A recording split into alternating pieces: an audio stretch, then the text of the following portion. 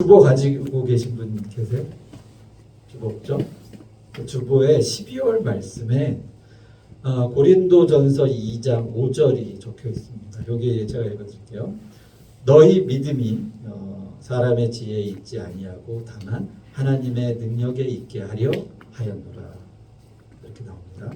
자, 그러면 이 믿음이라는 게 어떻게 이 말씀에서 느껴지는 게 뭐죠? 깨닫는 게 이게 그냥 생기는 게 아니구나.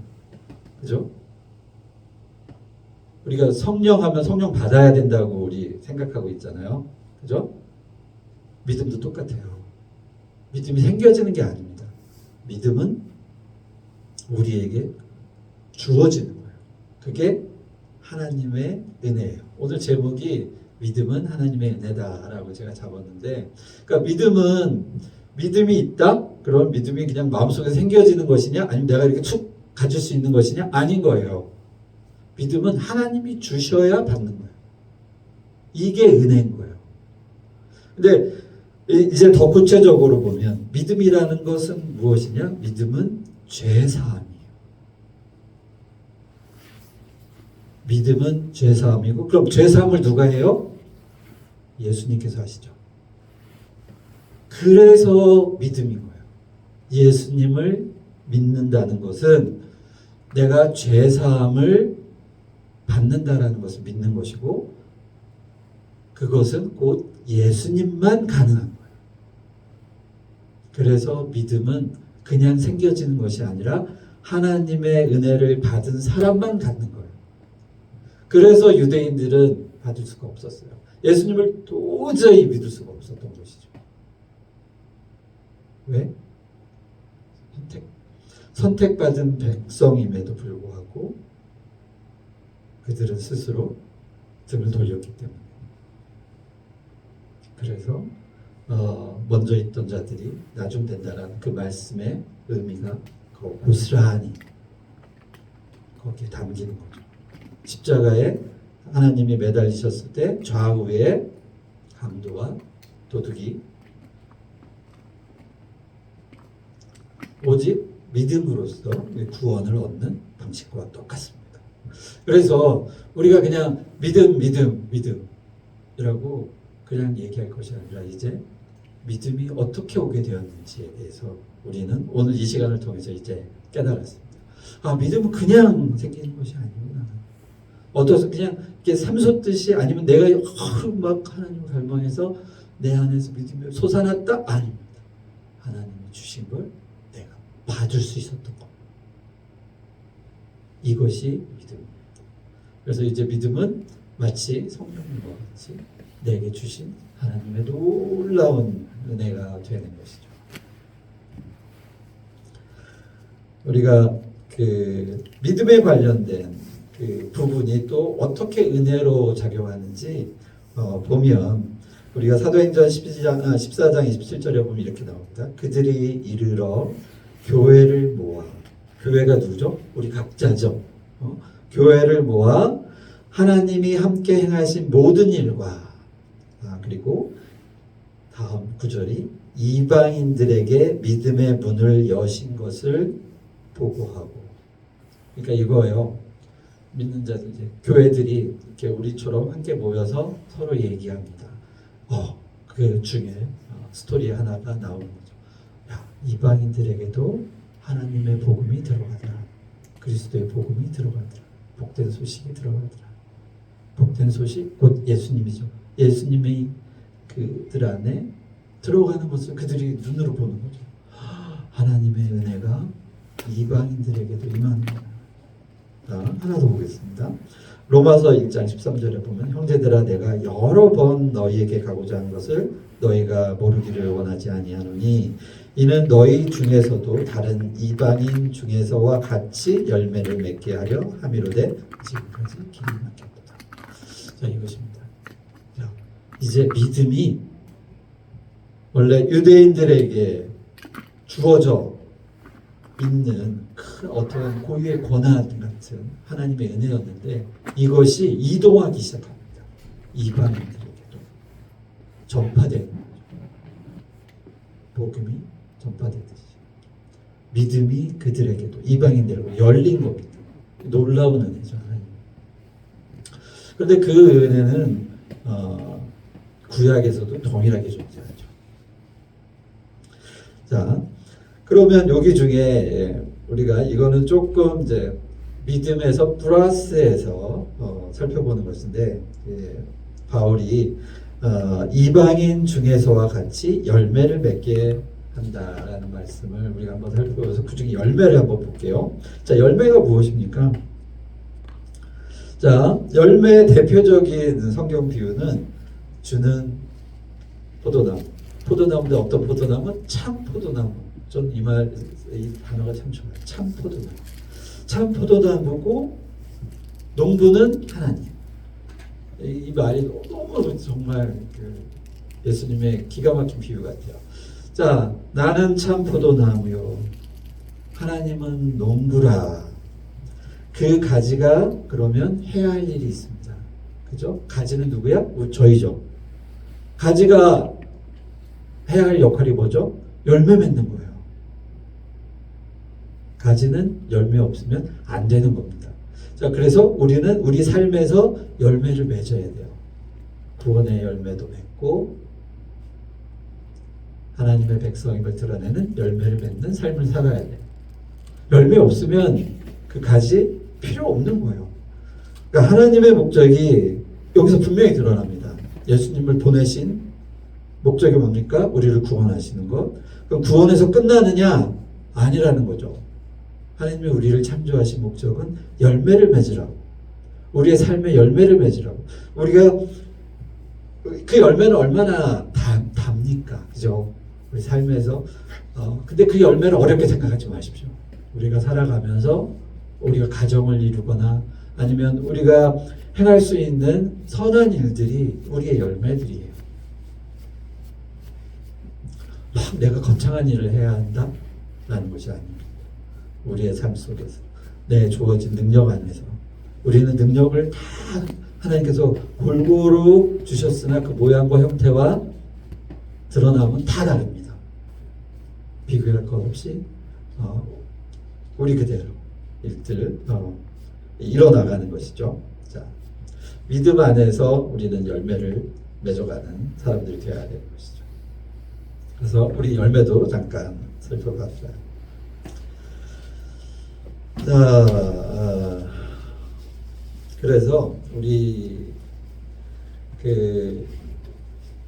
바울이 왜 성경 속에서 큰 사람으로 이렇게 드러나냐면 사도행전 9장 15절에 보면 이렇게 나옵니다. 주께서 이르시되 가라, 이 사람은 내 이름으로 이방인과 임금들과 이스라엘 자손에게 전하기 위해서 택한 나의 글이다.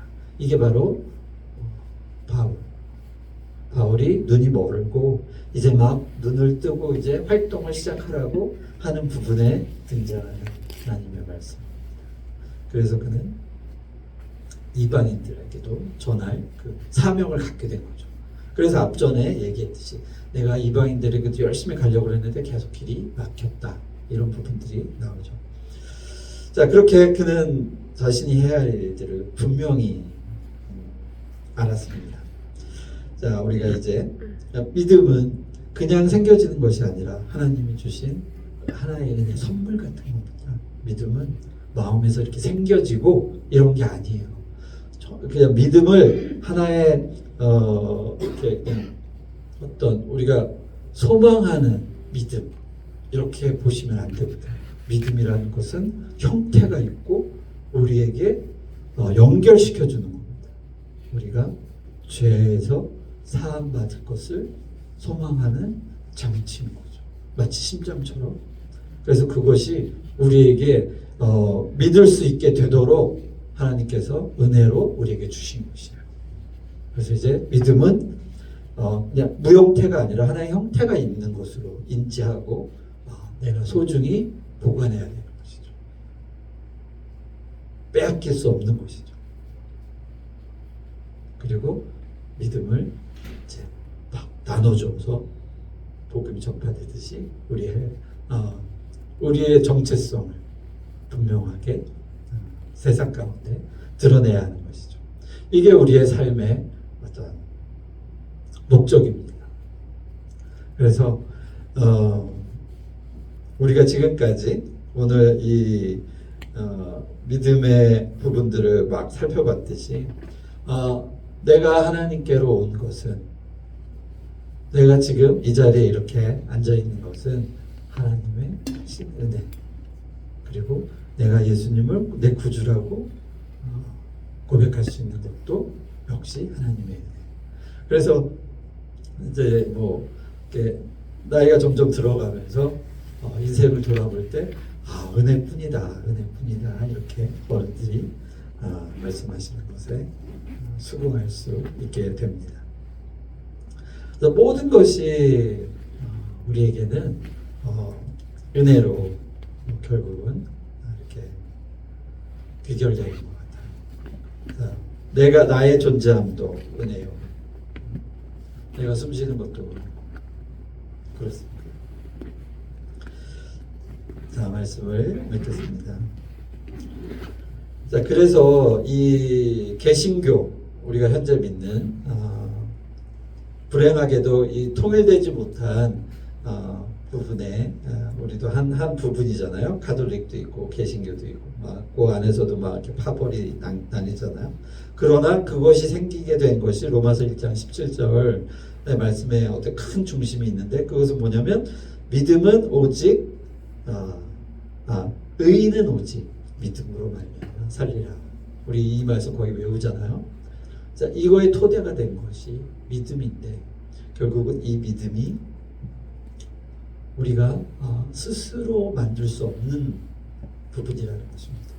그래서 그가 스스로 아무리 내가 정직하게 살려고 하고 올바르게 살려고 해서 노력한다 한들 그것이 결코 믿음을 만들어낼 수 없다는 것이죠.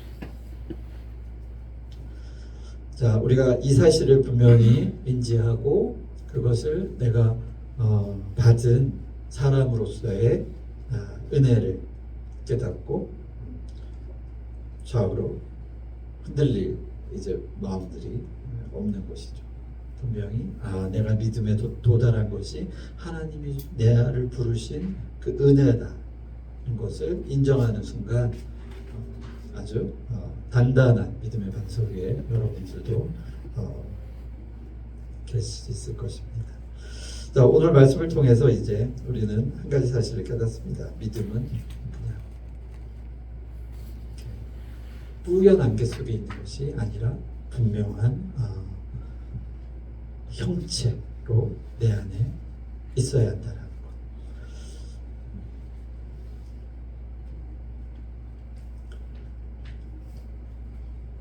오늘 제가 가끔 까먹는데 모니터를 잘 연결해서 할 수 있도록 여러분 항상 저를 위해서 기도해 주시길 바랍니다.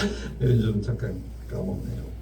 신나게 이것만 들고 왔습니다. 여러분들에게 이 얘기를 전해줘야지 하고. 시대가 좋아질수록 시대에 맞게 이렇게 환경을 잘 이용하는 것도 상당히 좋겠죠.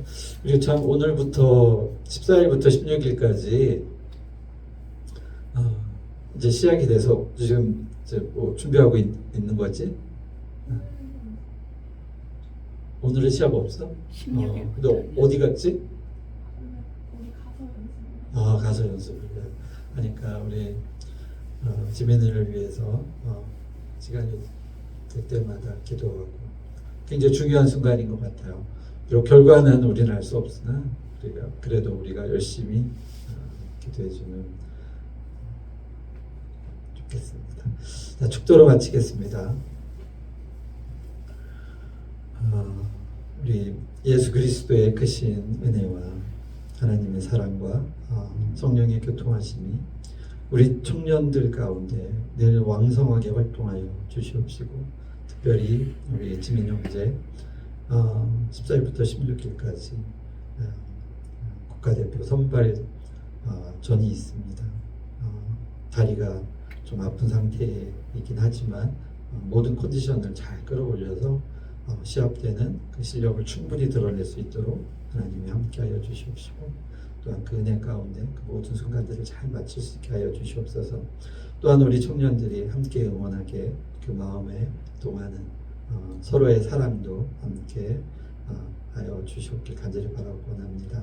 또한 우리 보이지 않는 청년들도 속히 우리 함께 찬양하고 예배하며 하나님의 말씀을 듣고 그리고 은혜를 서로 나누며 돈독히 하기를 간절히 소망하오니 하나님 우리 가운데 늘 임재하셔서 우리의 모든 삶들을 인도하여 주시길 간절히 바라고 원합니다. 하나님 이 모든 것들이 우리 위에 충만하기를 예수님 이름으로 선포하노라. 아멘.